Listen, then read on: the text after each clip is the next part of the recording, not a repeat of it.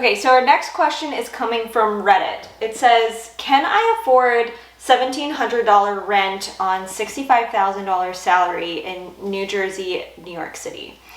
I just started my first real job post-college, and I'm trying to figure out if I can finally afford to live on my own. I work in New York City, but live in New Jersey. I make $65,000 annually, and my personal expenses right now are about $800. This includes my student loans, credit card, and subscriptions. I also give my family about $250 each month for bills and food since I'm still living with them. What do you think? That sounds like a pretty steep rent. $1,700. Yeah. I mean, I remember paying less than that, splitting it with you for years. So for that to be on one person, that sounds really high. Well, I remember I paid, I think it was $1,400, and I was making in the like $40,000 for my first job. That was, but that was so painful.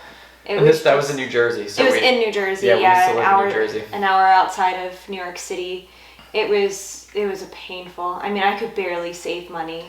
Yeah. So it looks like, I mean, he's staying with his family. Yeah, he said he gives his family $250 each month for bills and food since he's still living with them, and he's just getting his first job out of college. So I'm assuming this person is like 22 or 23 years old. So yeah. I mean, $250 a month for rent is pretty good to stay with your family. Yeah, I think if this was me, I would stay with my family.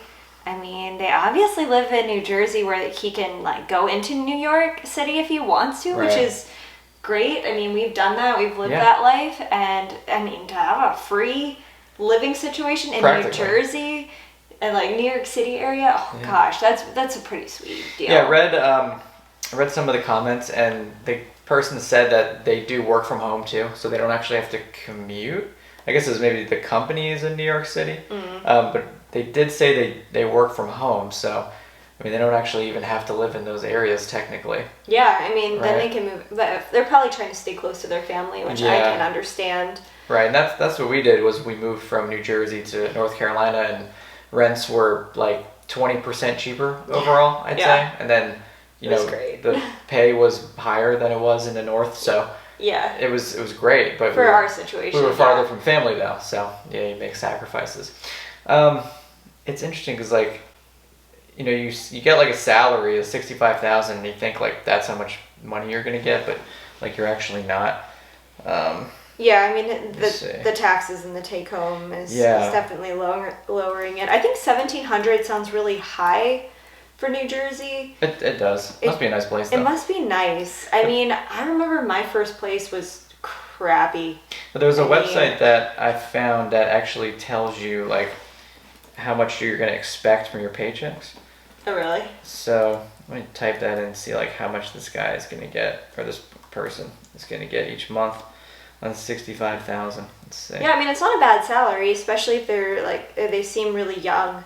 So it's not a bad starting salary. I mean, I started in like the 40s, and that was tough in New Jersey. Yeah, so after taxes in actually the town I grew up in New Jersey, if you make $65,000 a year, your estimated monthly take-home pay is $4,023.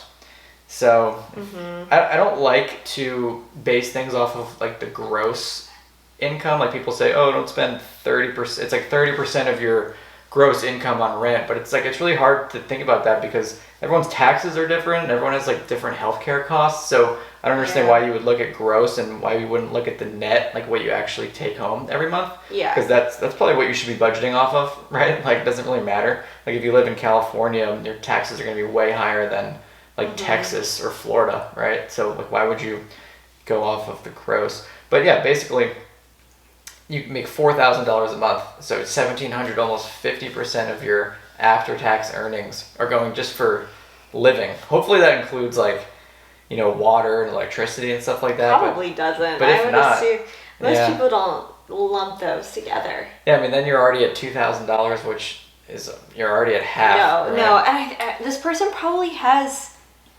Oh, let's see. I make and they're now about $800. Okay, so the $800 includes their student loans, credit card, and subscriptions.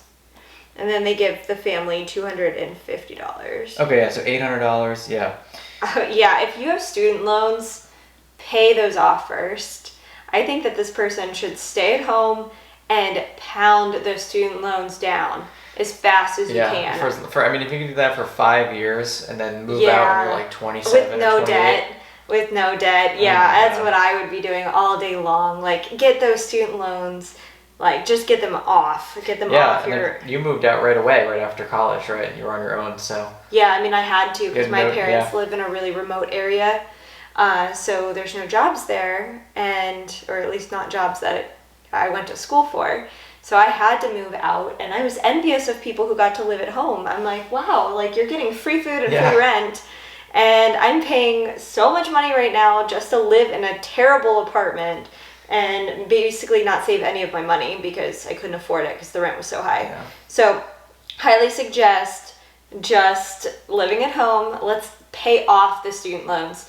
I mean, I would just go at those really hard, get those down. You have a credit card on here, which... And you can still go out with your friends, you know, like just if you're not like, just because you're not living in the town that you're going out in. Like, I do think this person though is definitely underestimating their expenses because drinking and going out to eat, you know, you go to cities like Hoboken, you know, in Manhattan especially, like. And transportation, I feel like, is even more than that. Just so the trains and subways. God, the trains are expensive in New York City. You can spend $100 a night, and if you go out 3 nights a month, I mean.